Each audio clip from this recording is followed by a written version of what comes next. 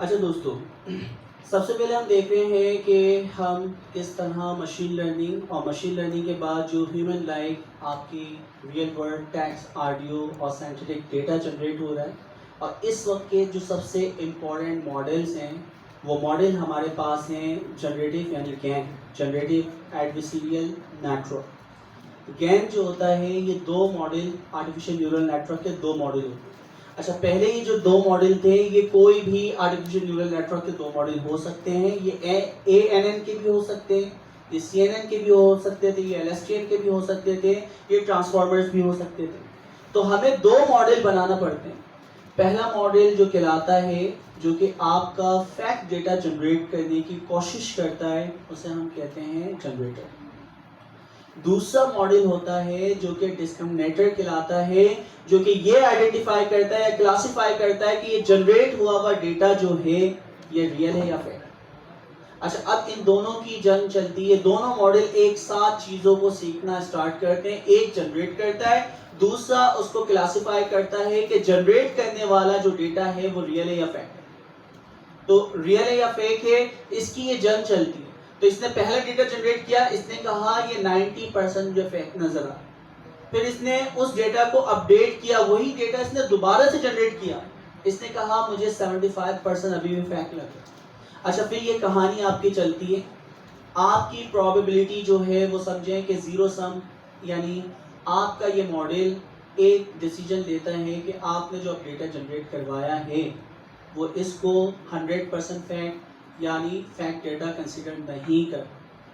तो ये क्या कहता है, ये रियलिस्टिक डेटा या ये डेटा जो है बिल्कुल 50% जो एक्यूरेसी है ये फैक्ट भी हो सकता है, रियल भी हो सकता है। अब वो 0% के ऊपर लिया है या फिर 50% के ऊपर लिया है, ये फिर हमें थ्रेशोल्ड्स वगैरह सेट करना पड़ते हैं। तो अब क्या हो रहा है कि हमारा जो ये डिस्क्रिमिनेटर है ये एक मकाम पे ये डिसाइड करने लग जाता है कि आपका जनरेट हुआ हुआ डेटा फेक नहीं है। दोनों की जंग इस पॉइंट पे खत्म हो जाती है। तो पहला डेटा जो इसने फैक्ट जनरेट किया है और ये जो डिस्क्रिमिनेटर था इसने कहा कि हाँ ये फैक्ट नहीं है, तो मॉडल ने उसको सीख लिया। तो ये मॉडल, दो मॉडल मिलके एक साथ काम कर रहे होते हैं। तो जब दो मॉडल एक साथ काम करते हैं तो हमारे पास सबसे पहले क्या आया था, इस वक्त साइंटिफिक ह्यूमन लाइक टेक्स्ट जो जनरेट हो रहा है, वीडियो जो जनरेट हो रही है, ऑडियो जो जनरेट हो रही है, तो इन सब के पीछे फाउंडेशनल जनरेटिव एआई मेथड जो है वो है सबसे पहले गैन। ठीक है, गैन को ही जो दो मॉडल थे जो हमने कहा कि एक जनरेट कर रहा है और एक डिस्क्रिमिनेटिव मॉडल है जो कि बता रहा है कि ये फैक्ट है या रियल है, उनके अंदर हमने कुछ पर्टिकुलर मॉडल की चेंजेस की। यानी आपने उसके अंदर ANN लगाया, फिर उसके अंदर RNN लगाया, LSTM लगाया, BERT लगाया।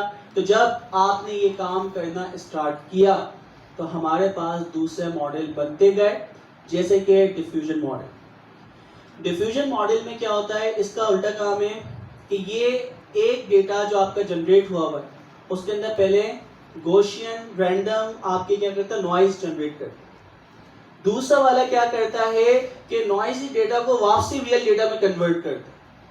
तो डिफ्यूजन मॉडल जो आपकी इमेज वगैरह जनरेट होती है, बुनियादी चीज यही थी कि आप उसको कोई भी, जैसे ब्लैक एंड व्हाइट तस्वीर है तो ब्लैक एंड व्हाइट तस्वीर को वो रियलिस्टिक कलर्स देने लग गया।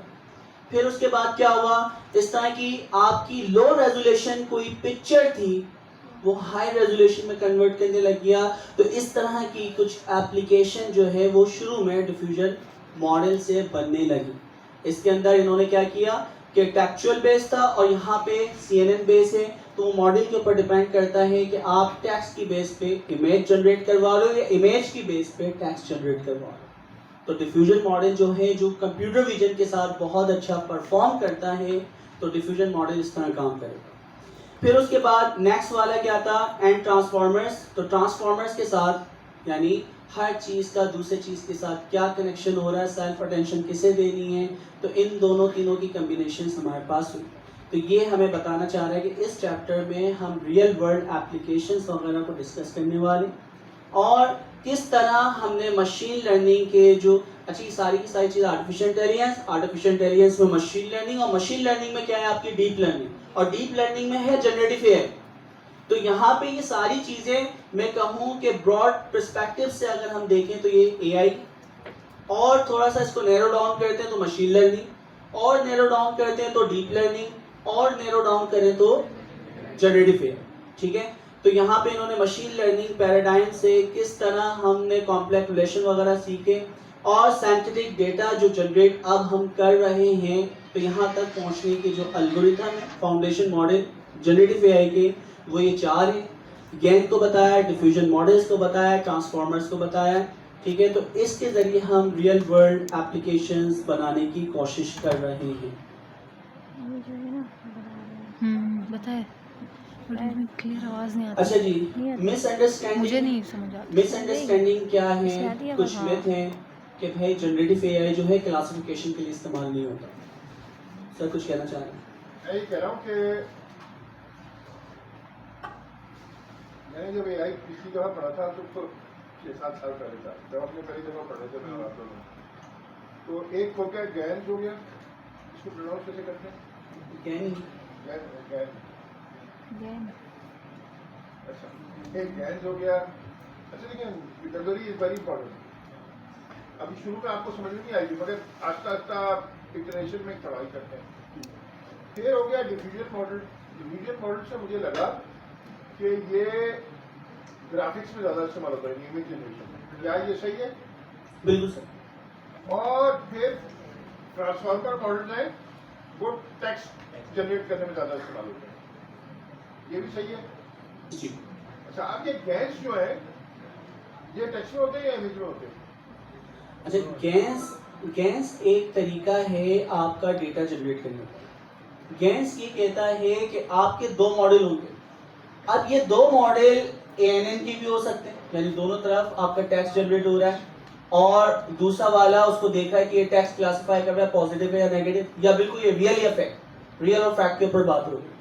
तो गैन के अंदर इनिशियल जो था वो टेक्सचुअल बेस्ड था, फिर उसके बाद इनके मॉडल्स के अंदर क्या अभी क्या लोग इस्तेमाल कर रहे हैं गैस, या खत्म हो चुका?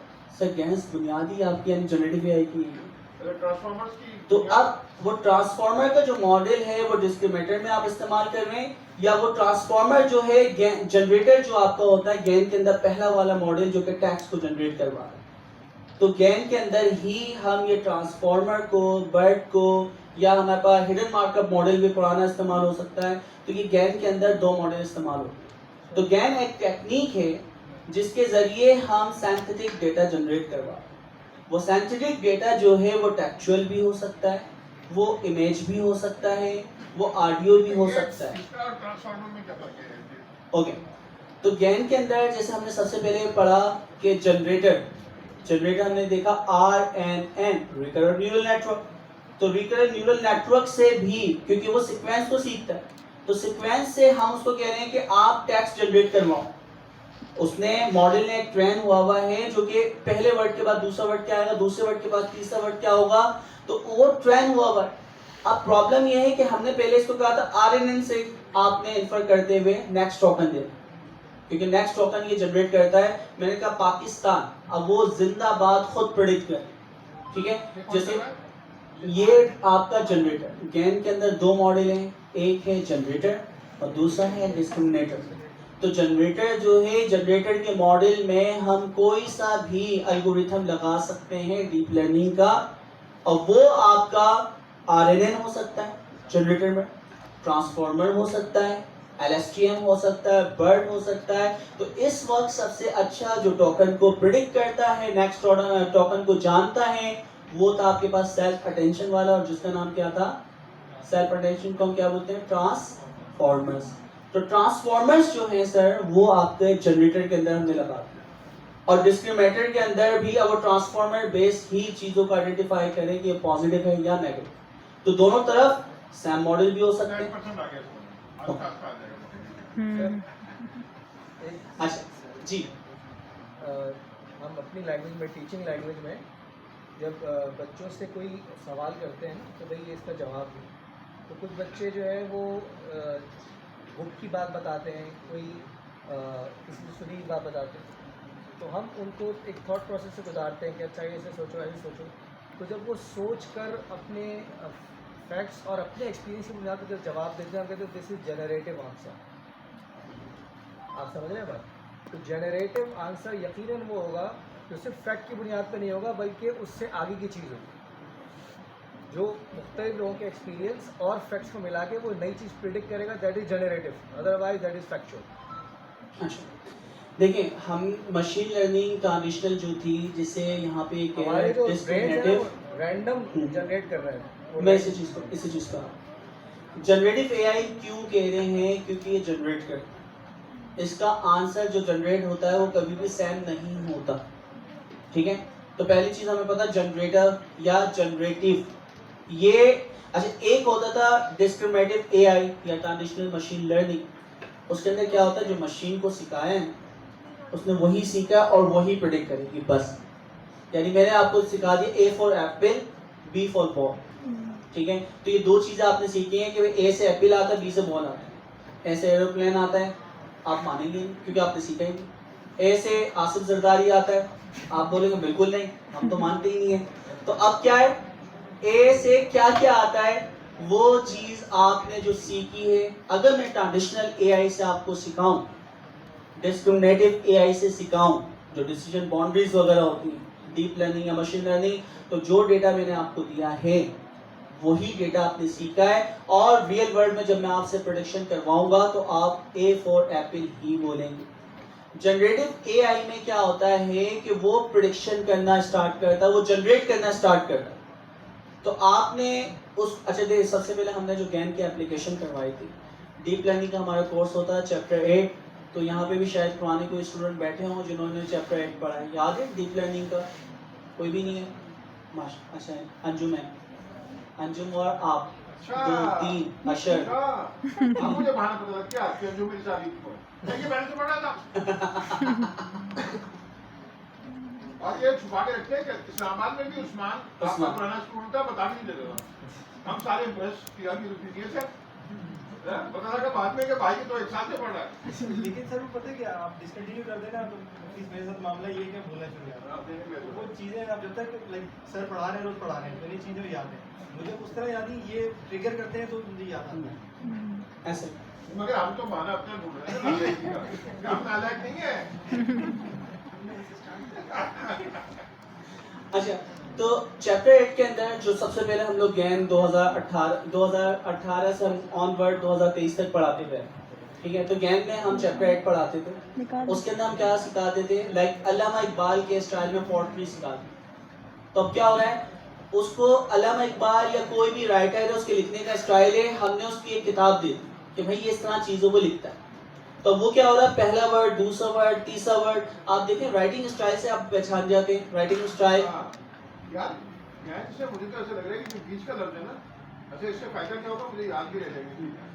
एडवर्सरी, मुझे ऐसा लग रहा है कि ये कुछ जनरेट करने के लिए दो कुछ लड़ रहा है, ऐसे 100%। इन दोनों की फाइट तो हो रही होती है, जनरेट करता है, बोलता है ये रियल डेटा है।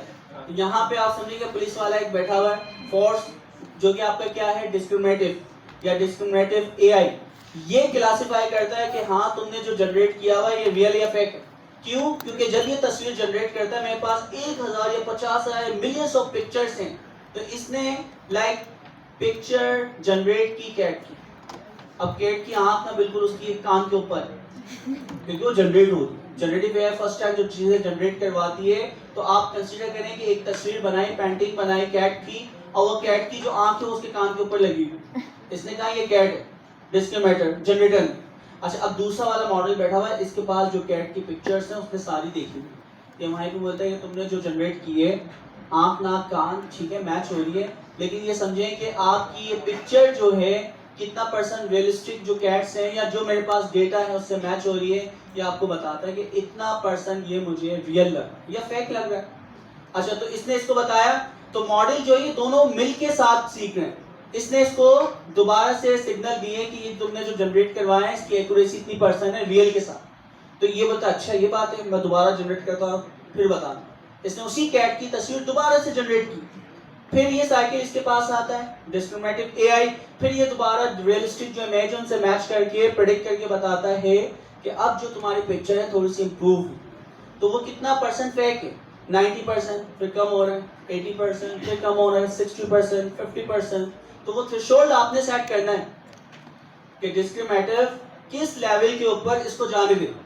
तो इसमें क्वेश्चन है, इसका मतलब ये है कि जो डिस्क्रिमिनेटर है उसके पास 100% करेक्ट इन्फॉर्मेशन है, जो आप ट्यून कर रहे हैं वो ट्रांसफार्मर को, उस जनरेटर को कर रहे जी हैं। जनरेटर को कर रहा है, क्योंकि वो जनरेट करने वाला वही तो है, जब तो हम जनरेट ट्यूनिंग एक साइड पे हो रही है, दोनों साइड पे नहीं हो रही। दोनों साइड पे होता है। इसके पास तो 100% एक्यूरेट रिजल्ट है ना, ये तो किसी चीज से मैच कर रहा है।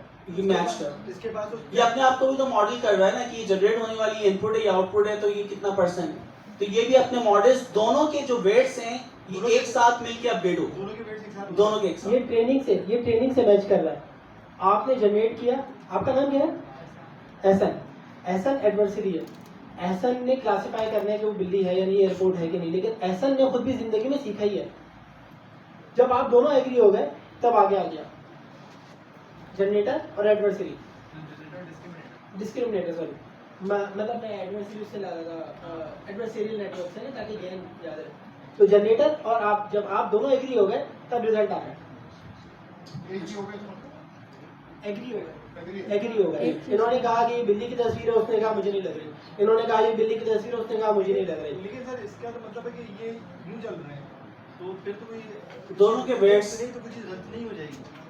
मतलब मेरे पास अगर फॉर एग्जांपल ये है एक चीज़ जो रियल है, मुझे पता है कि यही है, ये जनरेट कर रहा है, इससे मैच कर रहा है, जनरेट कर रहा है, इससे मैच कर रहा है, ये तो ट्यून होके इस लेवल पे आ जाएगा। लेकिन अगर ये खुद अगर चेंज होना शुरू हो जाएगा फिर तो कुछ दरमियान की चीज़ नहीं, खुद चेंज दरमियान की चीज रहती है ना। मैंने कहा थ्रेशोल्ड कि कितना परसेंट एक्यूरेट होना चाहिए, कितना परसेंट। हमने कहा कि 50% भी अगर डिस्क्रिमिनेटर जो है ये पहचान नहीं पा रहा, 50% बोला रियल है और 50% फेक है, तो अब ये वाला जो डेटा है इस लेवल तक का, थ्रेशोल्ड तक का, मैंने वर्ड इस्तेमाल किया थ्रेशोल्ड, उस थ्रेशोल्ड तक का अगर वो डेटा जनरेट करने लग गया तो हम उसको पास कर दें। अच्छा, तो अब पहला मॉडल यानी आपने कैट को उसने बनाना, जनरेट करना सीख लिया, डॉग को सीख लिया। अच्छा, वो रैंडमली आ रहे हैं, ऐसा नहीं कि पहली कैट, दूसरी कैट, तीसरी कैट।